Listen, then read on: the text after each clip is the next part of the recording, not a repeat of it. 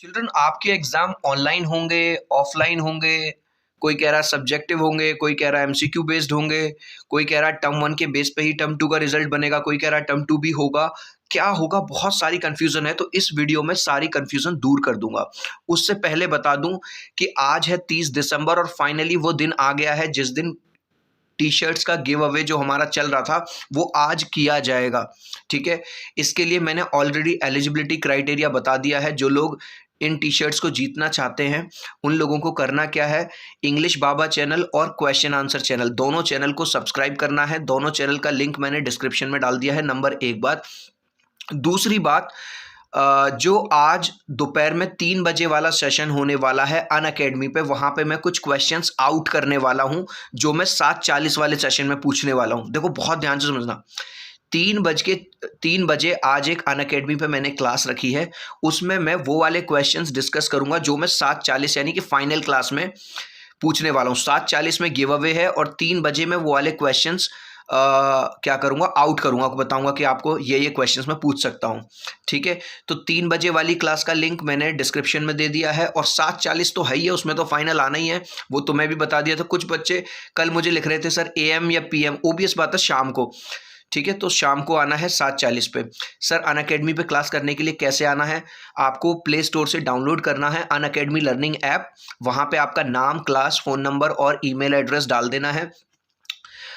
उसके बाद इस लिंक पे क्लिक करना है। अब कुछ बच्चे क्या करते हैं, सीधे डायरेक्ट लिंक पे क्लिक कर देंगे, फिर मुझे कमेंट करते हैं सर वीडियो तो चल ही नहीं रहा। अरे भैया, पहले व्हाट्सएप अगर मुझे अपने फ़ोन में चलाना है तो सबसे पहले व्हाट्सएप को डाउनलोड तो करना पड़ेगा ना प्ले स्टोर से। उसकी जो फॉर्मेलिटीज़ हैं वो तो पूरी करनी पड़ेंगी ना। आपका फ़ोन नंबर डालना पड़ेगा, वेरीफाई कराना पड़ेगा। ठीक है, तो ऐसे ही अनअकैडमी लर्निंग ऐप पहले डाउनलोड करना पड़ेगा आपको। वहां पे आपको आपका नाम, क्लास, फोन नंबर और ईमेल एड्रेस डालना पड़ेगा। उसके बाद जो 3 बजे वाली क्लास का लिंक है उस पर क्लिक कर देना। ठीक है, वो आपसे एक रेफरल कोड मांगेगा तो वहां भर देना लखन02। ठीक है, और 3 बजे उस लिंक पे क्लिक करके क्लास में आ जाना। मैं वो वाले क्वेश्चंस बताना। इन केस अगर आपका 3 बजे वाली क्लास मिस हो जाए तो भाई साहब 7:40 वाली क्लास मिस मत करना किसी भी केस में। 7:40 पे भी क्लास है। ठीक है, तो 7:40 वाली मेन क्लास है, वो किसी भी हालत में मिस नहीं होनी चाहिए। ये वाली बात याद रखना। उसका भी डिस्क्रिप्शन में लिंक है। एक बात मैं ऑलरेडी 2-3 दिन से बता रहा हूं कि जो ग्लिम्सेस ऑफ इंडिया जो कि क्लास 10th का एक चैप्टर है, उसका एक 10 मिनट का वीडियो मैंने बनाया है। उसमें 50 एमसीक्यू डाले हैं। वो वीडियो जरूर देख लेना। उस पर अभी तक केवल 1000 व्यूज़ हुए हैं। इसका मतलब केवल ये वाले बच्चे सीरियस हैं जिन्होंने 800 1000 जिन बच्चों ने ये देखा है, पूरा वीडियो देखा है, क्योंकि वहां से मैं 3-4 क्वेश्चंस निकालने वाला हूं। अगर अभी तक नहीं देखा तो ग्लिम्सेस ऑफ इंडिया का जो लिंक है वो भी मैंने डाल दिया है इसमें। ठीक है, तो आज फाइनली मैं 3 लोगों को टी शर्ट देने वाला हूं और कल भी दूंगा। आज भी दूंगा और कल भी दूंगा वो टी शर्ट्स। ठीक है, तो आई होप कि हमने सारी बातें क्लियर कर ली हैं। जो लोग इंग्लिश बाबा चैनल और क्वेश्चन आंसर चैनल दोनों को सब्सक्राइब कर दें वो कमेंट कर देना सर मैंने दोनों चैनल को सब्सक्राइब कर दिया है। इसके अलावा इस वीडियो का जो लाइक्स का जो टारगेट है वो है 2000।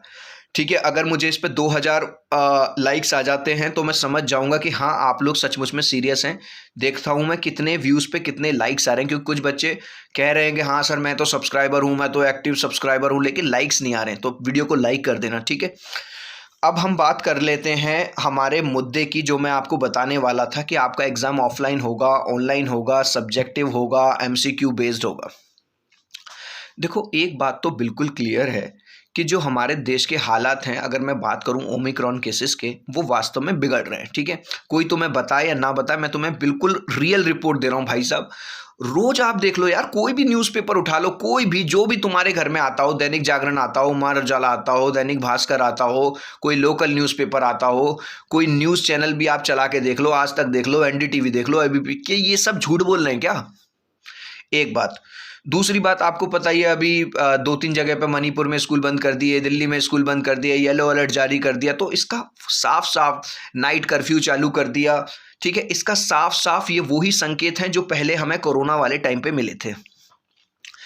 अब बात आती है कि सर टर्म 2 की तैयारी मैं अपने सब्जेक्टिव जो सीबीएसई ने जो हमें टर्म 2 का जो सिलेबस बताया है, क्या मैं उससे रिलेटेड तैयारी अपनी शुरू कर दूं 100%?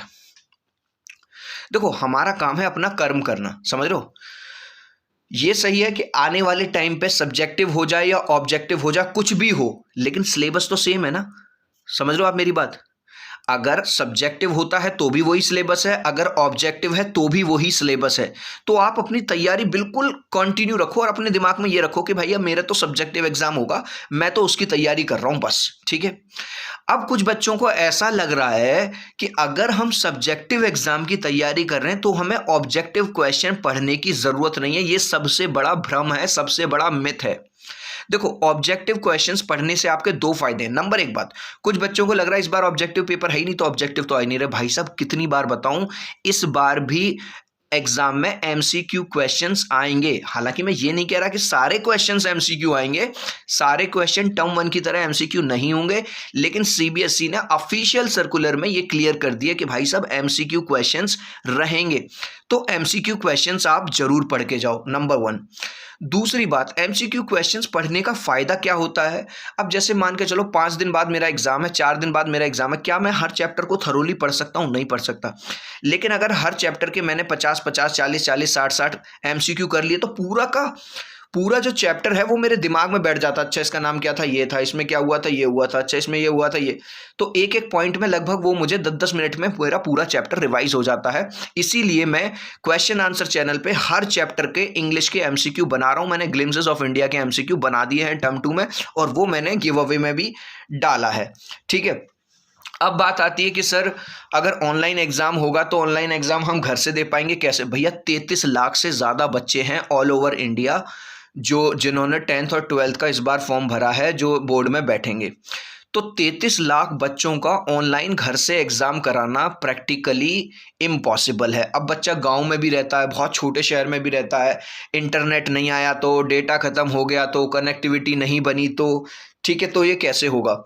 हालांकि अगर सीबीएसई कराना चाहे तो करा भी सकती है, कुछ इस तरह से बना सकती है कि हम घर पे नहीं, कुछ एग्जाम सेंटर बना देंगे, एग्जाम सेंटर पे एक प्रॉपर वाईफाई कनेक्शन दे देंगे, वहां पे 200 बच्चे, ठीक है, टेस्ट देंगे। 2-2 शिफ्ट में भी बना सकते हैं, अगर करना चाहे तो हो जाएगा, ठीक है। अब मैं बात करूंगा कि जो हमारा रिजल्ट है सर टर्म 1 का, वो कब तक आ रहा है फाइनली। भैया तुम्हारा टर्म 1 का रिजल्ट आ रहा है 5 से 10 जनवरी के बीच में। सर अगर टर्म 2 हमारे ऑब्जेक्टिव होते हैं, अगर, तो सर हमें कितने दिन पहले पता चल जाएगा?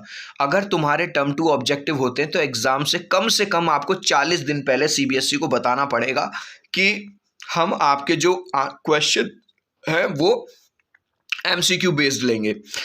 अब देखो, सीबीएसई ने अपने आप को ऑलरेडी सेफ साइड कर लिया है ये कह के कि उन्होंने एक 3-4 महीने पहले जो सर्कुलर निकाला था कि भैया अगर कंडीशंस खराब रही तो उस बेस पे हम टर्म 1 का भी वेटेज बढ़ा सकते हैं, और हम जो टर्म 2 एग्जाम है वो से एमसीक्यू बेस्ड कर सकते हैं। और उन्होंने सिलेबस दे दिया, तो कितनी अच्छी बात है। सिलेबस आपने दे दिया, आप अपना बिल्कुल तैयारी करो घर पे बैठ के, ठीक है, कहीं आने जाने की ज़्यादा ज़रूरत है नहीं आपको।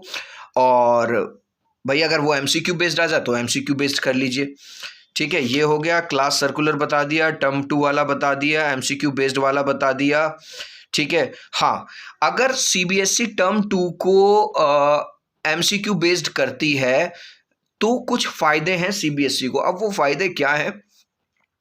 नंबर एक बात, जो एमसीक्यू बेस्ड में क्या होता है, नंबर जो इवैल्यूएशन है, जो कॉपी चेकिंग है, वो बड़ी इजी है। भाई मान के चलो सामने पेपर हुआ मैथ का और सामने वाला हिंदी का टीचर है, तो हिंदी वाले टीचर को भी अगर वो दे दिए जाए, क्या आंसर की दे दी जाए कि भैया पहले का ए है, दूसरे का बी है, तीसरे का सी है, तो वो भी आराम से कर सकता है, कोई दिक्कत नहीं है। एक बात, अगर सब्जेक्टिव होता है जिसमें लॉन्ग क्वेश्चन भी हैं, शॉर्ट क्वेश्चंस भी हैं, हर तरह के क्वेश्चन है, तो भाई साहब 45 दिन 45 डेज तो चाहिए केवल करेक्शन प्रोसेस में। जबकि अगर ऑब्जेक्टिव होता है तो ऑब्जेक्टिव में तो भाई साहब जिस दिन पेपर हुआ टक टक टक टक टक टक टक ओएमआर से सारा काम हो गया। तो देखो, एडवांटेज डिसएडवांटेज दोनों में है। बच्चे को क्या करना है सर, मुझे क्या करना है बेटे, आपको तो बिल्कुल ये समझ के तैयारी करनी है कि ये मेरा सिलेबस है, इसमें से कुछ भी आ जाए फोड़ दूंगा, बस आप अपनी तैयारी इस लेवल की रखिए। ये सारी बातें छोड़ दो कि ऑनलाइन हो पाएगा, ऑफलाइन हो पाएगा, एमसीक्यू बेस्ड हो पाएगा, सब्जेक्टिव हो जाएगा, ये सब आपका काम नहीं है। आपका काम है अपना कर्म करना, ठीक है। आई होप बहुत सारे डाउट्स आपके इस वीडियो में क्लियर हो गए होंगे। वीडियो को लाइक कर देना, चैनल को सब्सक्राइब कर देना। 3 बजे और 7:40 भूलना मत आज, लिंक डिस्क्रिप्शन में। सी यू।